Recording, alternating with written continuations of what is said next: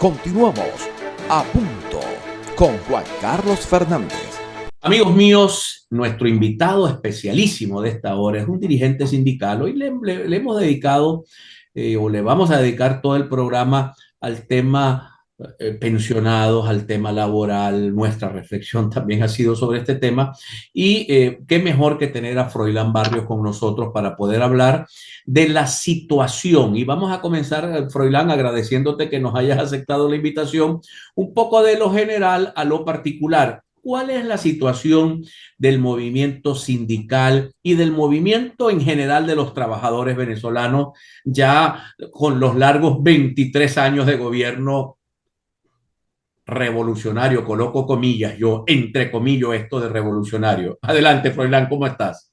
Bueno, sí, muchas gracias Juan Carlos por esta oportunidad y un saludo pues a todos los trabajadores y al pueblo venezolano y zuliano en particular, pues. Sí, mira, efectivamente, mira, eh, yo diría que lo importante del sindicalismo venezolano ha sido la sobrevivencia, o sea, existir, simplemente con sobrevivir. ¿Por qué? Porque los regímenes autoritarios, dictatoriales como Maduro, no les gusta la libertad sindical. Y para muestra tú ves entre, entre los compinches o regímenes parecidos a estos, no hay libertad sindical.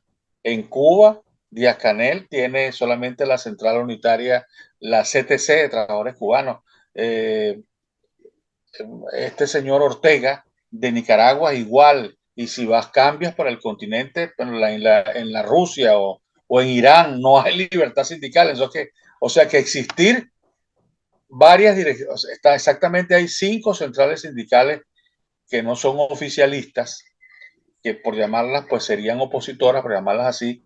Bueno, que el hecho de que existan es un paso importante. Ahora bien, ¿cuál ha sido el gran problema? Bueno, que las han debilitado, le han quitado pues las cotizaciones, las han minimizado en su afiliación, y eso amerita pues que entre las centrales sindicales y las corrientes, que es otra cosa, que son coaliciones que se han dado al movimiento sindical, deben buscar tanto a nivel regional como a nivel nacional, deben buscar un encuentro, que es lo que no se da. Hay mucha, se da un poco lo que se da también en el tema, en el contexto político, partidista.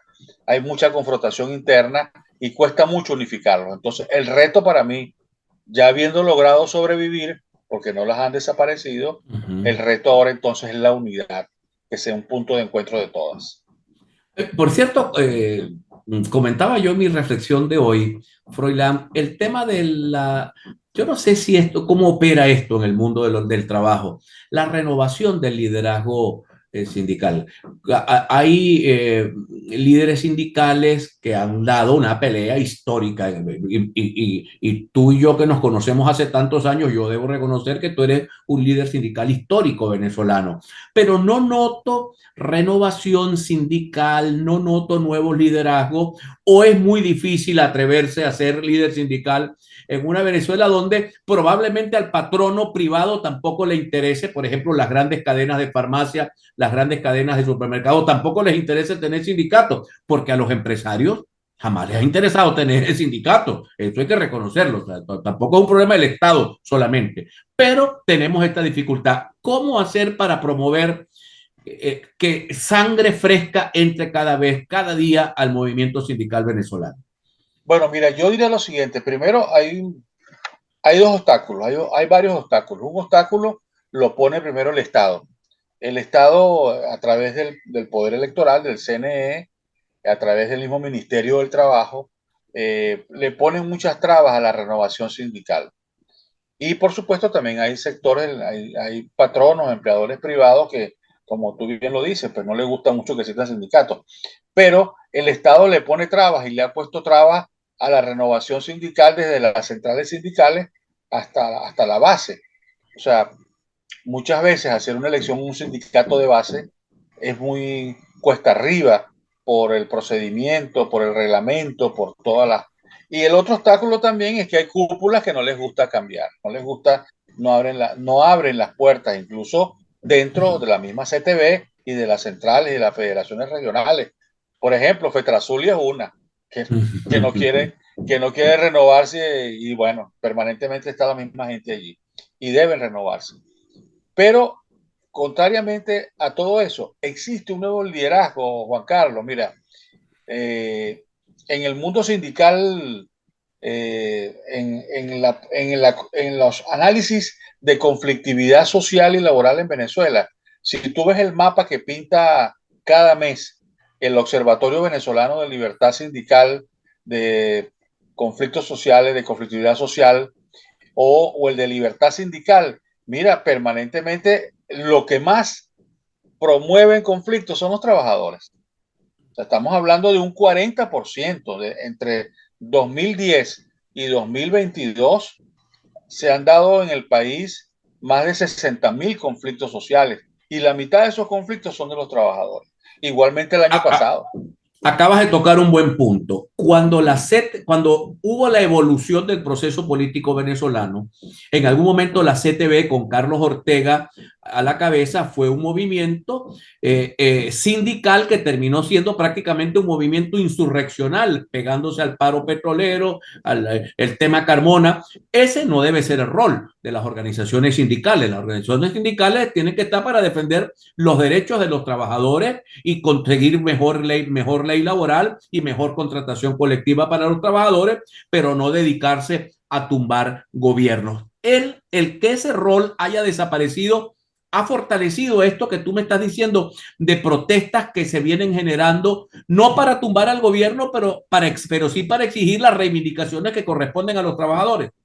Claro, sí, mira, no, lo que pasó en el 2002 también fue que el mismo quiebre de los partidos políticos colocó tanto a los medios de comunicación como al sector empresarial, en Fedecámaras, como a los sindicatos en un rol político. O sea, evidentemente que el rol en confrontar políticamente a los gobiernos le corresponde a los partidos políticos.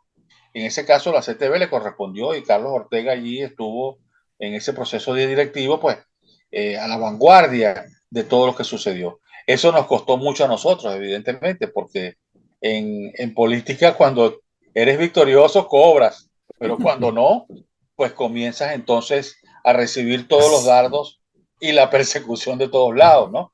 Y eso fue lo que pasó con el movimiento sindical. No tuviste el fin, el objetivo, y generó entonces una especie de pulverización o de debilitamiento, es la palabra, del movimiento sindical venezolano. Pero aún así, a pesar de que el gobierno fabricó centrales sindicales, y la más reciente que es la Federación, que es la Central Bolivariana, bueno, no ha podido desaparecer al movimiento sindical, no ha podido eliminarlo. Y eso es lo que ha dado pie a que en la base sindical, incluso muchos de ellos no están afiliados a ninguna central, sean los dirigentes de los conflictos.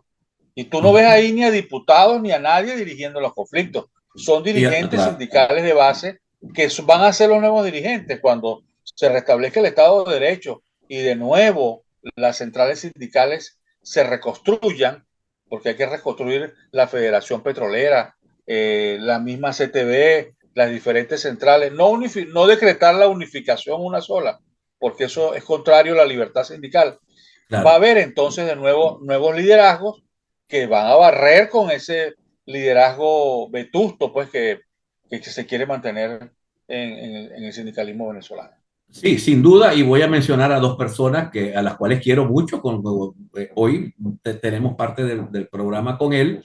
Me refiero a Carlos Petit. Carlos Petit, bueno, él asumió ahora la dirección de la tercera edad, que como corresponde, no puede seguir siendo el secretario general de FETRASulia. Y Néstor Jansen, queridísimo líder, histórico líder sindical zuliano, no puede seguir siendo el presidente de los trabajadores zulianos cuando su edad y sus condiciones físicas ya no le permiten. Creo que llegó la hora de dar paso, pero de esto vamos a hablar, quizás en algún momento profundicemos más en esto, pero en el siguiente segmento quiero hablar de la OIT, de la presencia de la OIT. Ya estuvo en Venezuela la comisión de encuestas, aparentemente el gobierno no cumple con lo acordado con la OIT. La OIT regresa a Venezuela. Nos interesa mucho saber, porque si hay algo que debe ocurrir en Venezuela, Froilán, es el fortalecimiento del movimiento sindical, el que trabaja para la empresa pública y el que trabaja para la empresa privada. Ya